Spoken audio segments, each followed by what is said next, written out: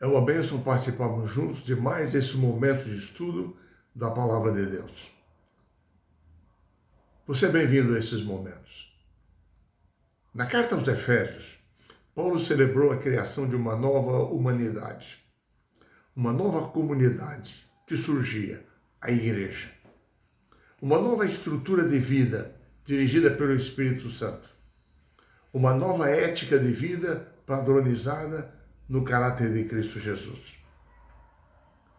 Os capítulos 4 e 5 da carta aos Efésios são dedicados à unidade nos relacionamentos, primeiro da igreja, a partir do capítulo 4, mostrando como o corpo de Cristo, do qual ele é a cabeça, vive em unidade, em harmonia, em submissão uns aos outros. No capítulo 5, a partir do verso 21, daí em diante, o apóstolo Paulo aprofunda a ideia da submissão dos crentes uns aos outros, aconselhando então as famílias, os maridos, as esposas cristãs. E agora Paulo apresenta instruções para ambos sobre como deviam viver. Por exemplo, no capítulo 5, versos 22 a 24, nós lemos o seguinte: as mulheres sejam submissas ao seu próprio marido como ao Senhor. Porque o marido é o cabeça da mulher, como também Cristo é o cabeça da igreja, sendo este mesmo o Salvador do corpo. Como, porém, a igreja está sujeita a Cristo, assim também as mulheres sejam em tudo submissas ao seu marido. E verso 25 ele acrescenta: maridos, amai vossa mulher, como também Cristo amou a igreja, e a si mesmo se entregou por ela. Alguns pontos nós podemos destacar em todo esse texto bíblico. O primeiro deles é que Paulo faz uma analogia entre a união com Cristo e a sua igreja, com a união que deve existir entre marido e mulher. Por analogia, o marido, diz Paulo, é o cabeça da esposa. E a fidelidade da igreja a Cristo deve ser o modelo para a lealdade da esposa ao marido. Mas há um terceiro ponto importante. É que Cristo é o foco da verdadeira submissão. Paulo diz que as esposas crentes servem, em primeiro lugar, a Cristo. Por exemplo, em Colossenses capítulo 3, verso 18, que foi uma carta escrita simultaneamente à carta aos Efésios, ali as esposas são conclamadas a submeter aos maridos como convém no Senhor.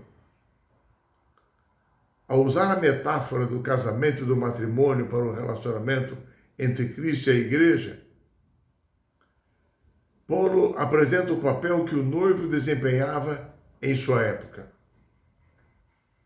Ele diz que Cristo ama a igreja como sua noiva. Entrega a si próprio como dote de casamento. E Cristo pagou o resgate da igreja com o seu próprio sangue. E diz mais: Cristo lava a sua noiva. Ele é que a purifica, porque ele purifica os crentes através do batismo. Em quarto lugar, diz Paulo, ele comunica à noiva, à igreja, a sua palavra da promessa, faz o seu voto, prometendo aos crentes, quando se convertem, a salvação. E mais, Paulo diz que Cristo alimenta e cuida de sua igreja, nutre a igreja e a protege com a sua palavra, através da ação do Espírito Santo. Paulo diz também que Cristo prepara e enfeita a sua noiva, porque ele prepara a igreja para apresentá-la a si mesmo, igreja gloriosa, sem mácula, sem defeito. Todo esse papel do noivo é aplicado a Cristo e à igreja em seu relacionamento. E nos conforta ao percebermos o amor e a dedicação de Cristo para com seus filhos. É interessante que Paulo utilizou o ritual de cerimônia de casamento da antiguidade para demonstrar o papel de Cristo em relação à sua igreja. Naquele tempo havia primeiro o noivado. Então Paulo disse que Cristo se ofereceu como um dote. Ele noivou com a sua igreja. Naquele tempo havia um preparo para a cerimônia de casamento. E agora Cristo, diz Paulo, reivindica a igreja como sua noiva e a prepara para as bodas de casamento. Depois vinha a cerimônia de casamento. Nos casamentos antigos, eles se iniciavam com um desfile noturno dos convidados que saíam da casa do noivo rumo à casa do pai da noiva. Havia a seguir a apresentação que os padrinhos faziam da noiva. E Paulo diz que Cristo ele mesmo apresenta a sua noiva a si mesmo. Depois do cortejo chegar à casa do pai da noiva, o cortejo levava o novo casal para o seu novo lar, onde seria a sua nova casa. Ali havia uma semana de festas, culminando com a cerimônia de casamento. Paulo apresentou o retorno glorioso de Cristo em glória e majestade ao final da história desse mundo, como uma futura cerimônia de casamento entre Cristo e a sua noiva, a sua igreja.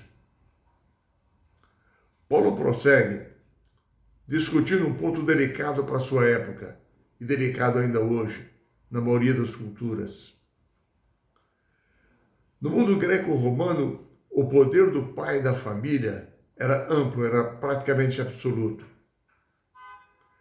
O pai podia punir, até mesmo matar a esposa, os filhos, os escravos, e mesmo assim ainda estar dentro do seu direito legal.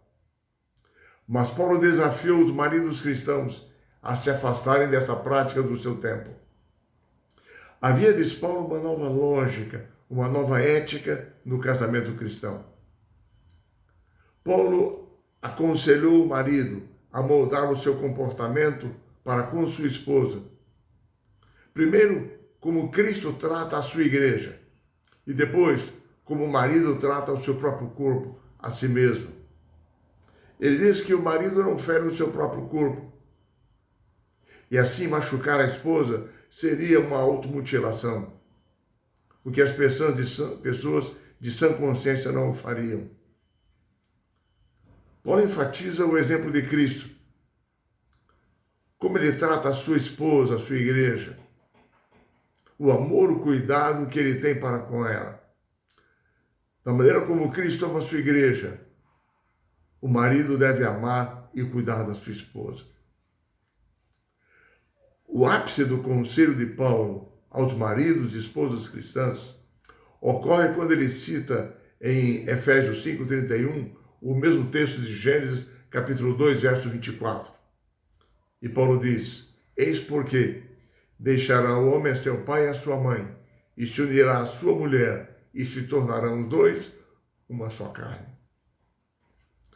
Paulo lidava com a história do casamento de Adão e Eva como uma história literal, um evento real. Na visão de Paulo, no plano divino, o casamento era uma unidade sexual espelhada numa unidade emocional e espiritual. Ao mesmo tempo que a unidade emocional e espiritual é que trazia significado à unidade sexual. Paulo tomou a declaração sobre o casamento, feito antes da queda de Adão e Eva, e aplicou o relacionamento que devia existir no casamento cristão. Por que Paulo fez isso?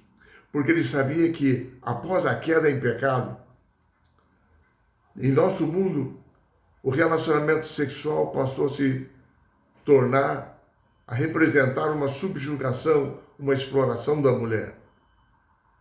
E assim, Paulo argumenta que o relacionamento sexual relatado em Gênesis, na criação do homem e da mulher, não é de subjugação, mas sim de união. Os dois se tornam uma só carne. Um cuida do outro, um auxilia o outro. Assim é que Paulo faz uma dupla metáfora.